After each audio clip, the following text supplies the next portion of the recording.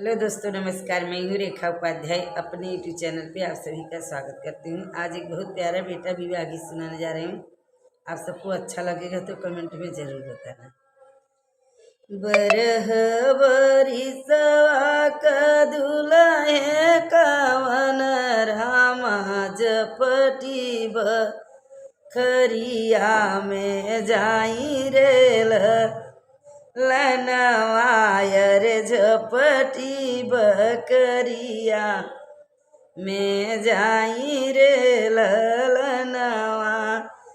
निउरी निउरी दुलहे जकले ओ बरी यायर काहे दन मनवा उदास रे ललनवा यर काहे द न मनवा उदास रे ललनवा।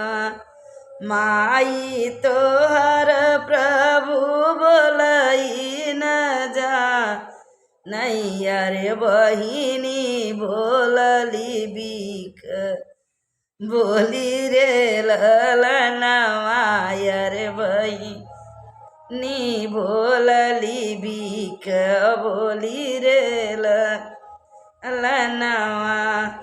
भैया तोहर स्वामी मरले छड़ियवा रे गुने मनवा उदास रे ललन मायर ही गुने मनवा उदास रे ललनवा।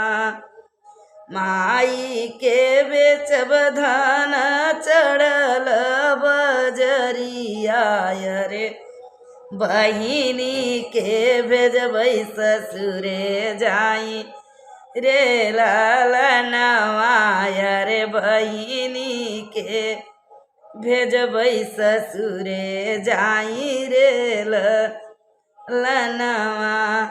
भैया त मोरी धन होई हैया लगवा रे होत पटी दरी या हमार रे ललनवा रे होत पटी दरिया हमार रे ललनवा।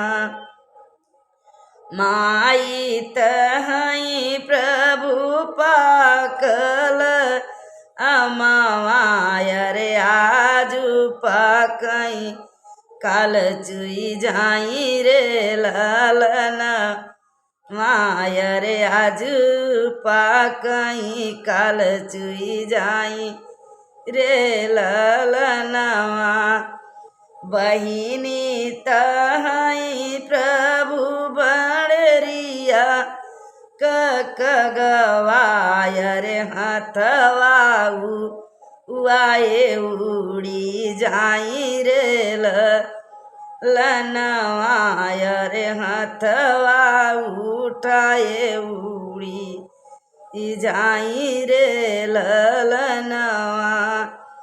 भैया तहै प्रभु दाहिनी बहिया अरे कैसन किलिया तो हार रे ललनवा रे कैसन किलिया तो हार रे ललनवा। भैया से मिली जुली रे स्वामी अरे रही इज्जती या तो हार रे ललनवा रे रही इज्जती या तो हार रे ललनवा।